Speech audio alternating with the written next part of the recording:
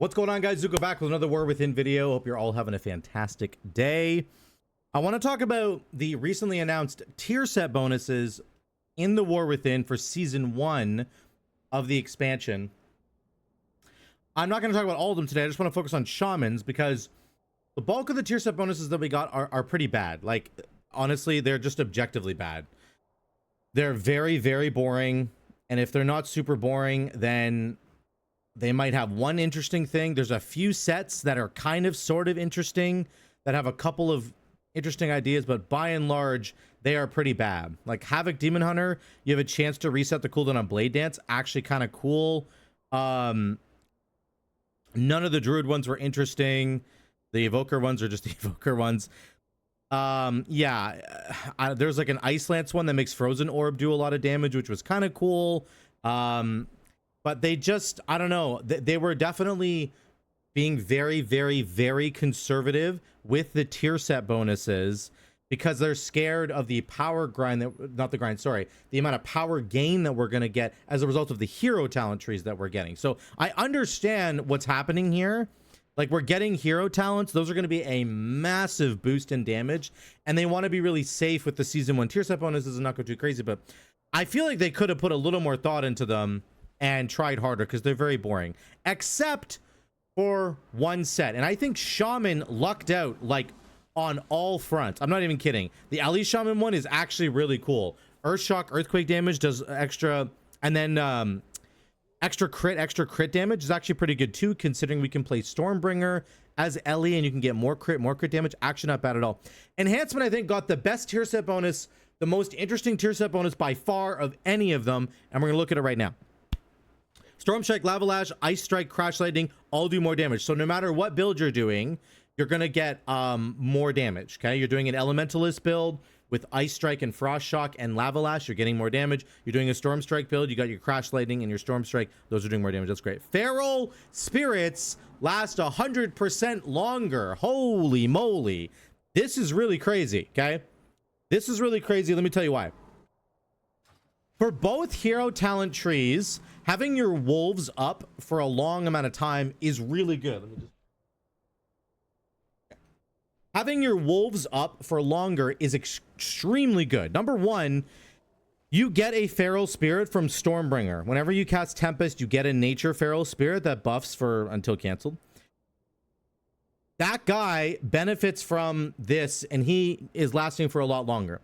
Your other feral spirits are lasting for 30 seconds instead of 15, which means whatever buff you do, if you go Alpha Wolf and get the physical buff, you're going to have multiple sets of physical dogs out. If you go Elemental Spirits, you're going to have multiple sets of elemental dogs out, and it increases your chances of having like a fire dog out. If you're doing the Elementalist build, let's say you're doing a Totemic Elementalist build, you have a much higher chance of having multiple fire dogs out.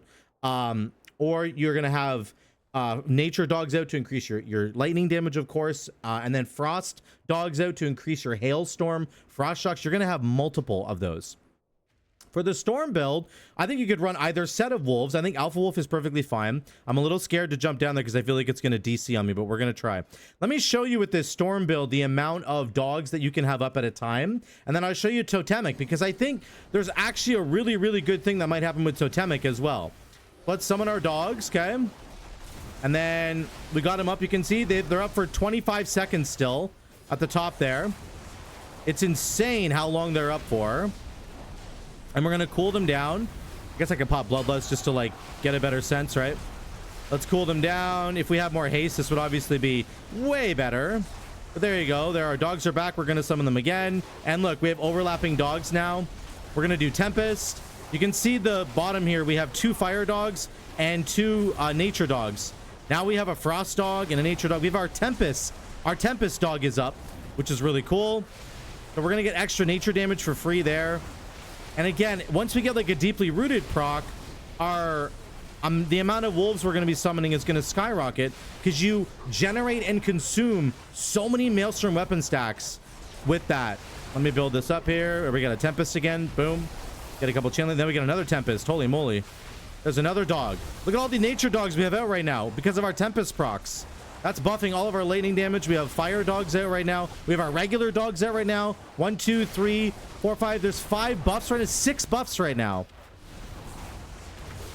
It's insane. Like, I think the amount of dogs you're going to have up is going to be crazy. I have them back again. Look at that. So this is awesome. It's going to be awesome. And I think for the storm build, you can do whatever you want. Look at all the dogs I have there right now. Look at all the nature dogs. It's crazy, dude. It's actually crazy.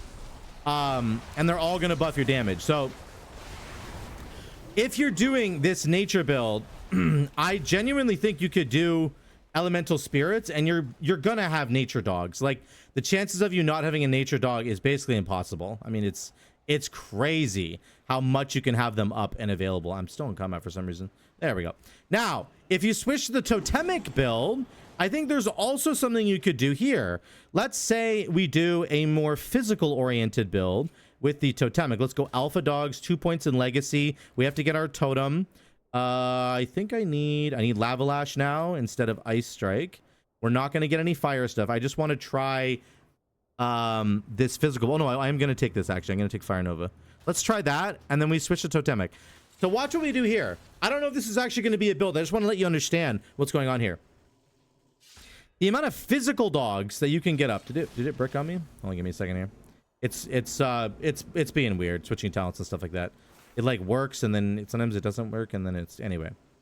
Okay, let's put that on CQ. So now we have a physical plus fire, but it's physical. This is a physical build. Okay, remember, this totem does physical damage. If this totem is going to stay the way that it is, it does physical damage, which means if you get your alpha dogs, they give you a physical damage with 15% more fizz damage per dog you have up. You're going to get so many dogs up, it's going to be crazy. Your physical damage includes your storm strikes, which doesn't do a lot, your wind fury weapon, which does do a lot, and you get a buff to it over here. Okay, the totem does physical damage. Sundering can go up based on physical damage, and fire nova goes up based on physical damage because it's all flame strike damage. Okay, so now on the other side of the hero tree, we have this interesting idea. Let's spread a couple flame shocks, go like that, get our dogs out, totem. Okay, then we'll do this into lava lash, and then we're gonna do some damage. And again, we're cooling down our dogs. We'll do a big fire nova to cool them down even more. This is only 3 target cleave. Obviously this gets way better with more targets, but look at the dogs coming back, and then we're gonna get them up again right here, and we go dogs, and then we have our totem. And then we're going to go fire nova to get our dogs back. It's all about getting dogs back. And we're going to have like 3 or 4. We could potentially have like 5 dogs up. I wish I had bloodlust up again. We could have so many dogs up that are all buffing our physical damage, which is going to buff the damage of our totem and fire nova and sundering and our wind fury procs. All that stuff is going to get mega buffed, right? Which I think is really, really cool. So there's a build here. Potentially, and if this cheer set bonus stays like this, there's some really cool synergy going on, and it's way cooler than any of the other sets that exist right now. I promise you, way cooler. There's my sundering buff, and it's doing damage. So here we go. We'll get our dogs out again. Dogs into a totem, into a big fire nova. That's going to consume our fire buff, make our fire novas hit harder. So I kind of love this. I kind of love this idea of the dogs being up for such a long period of time and potentially getting multiple sets of them. Again, on this build, I'm not getting quite as many because we don't have as much haste, but the reality is you're going to get more once you get even a little bit of haste. It's going to be really crazy. And your wind fury damage is going to be super high. Got our totem going here. My legacy of the wind witch doctor legacy proc is sorry, my brain just lost it right there. That's giving me 25% more fizz damage whenever I use a spender. So I have 25% fizz damage basically all the time. You can see it right up here. Legacy 25%. That's going to buff everything. My totem, my dogs and their proc. It's going to buff my sundering. It's going to buff everything. So I really like this. I think it's pretty cool, and I think this cheer set bonus is going to be awesome. And I think it depends what build we're going to do. Who knows what build we're going to end up doing with the totemic tree. It's kind of all over the place. They're gonna have to make some pretty big changes, I'm sure, at some point here. But the bottom line is, wait, I didn't even have my, oh, I did. Okay, the bottom line is there's a lot of damage here. This tier set bonus is awesome, and it's way better than any of the other specs. And the Ellie Shaman one is good too. I'm actually going to show that one probably in a different video, but I think Shaman has so far really lucked out on the tier set bonuses heading into season 1. It's a long way off, I know, but just important to know that we're in a really good place right now, and that's awesome. And I really, really, really hope that Blizzard keeps it the way it is. Please, Blizzard, don't get rid of this. It's really cool. It gives us so much like flexibility with any build that we want to do. It always includes Feral Spirits. Feral Spirits are such a foundational part of Enhancement Shaman. So I'm excited for this. It looks really cool. I hope you guys are too. Let me know what you think in the comments down below. Let me know if you think that Shaman got one of the best tier set bonuses. I think they did. I think we're really lucked out. So thank you all for watching. Love you all. I will see you in the next one.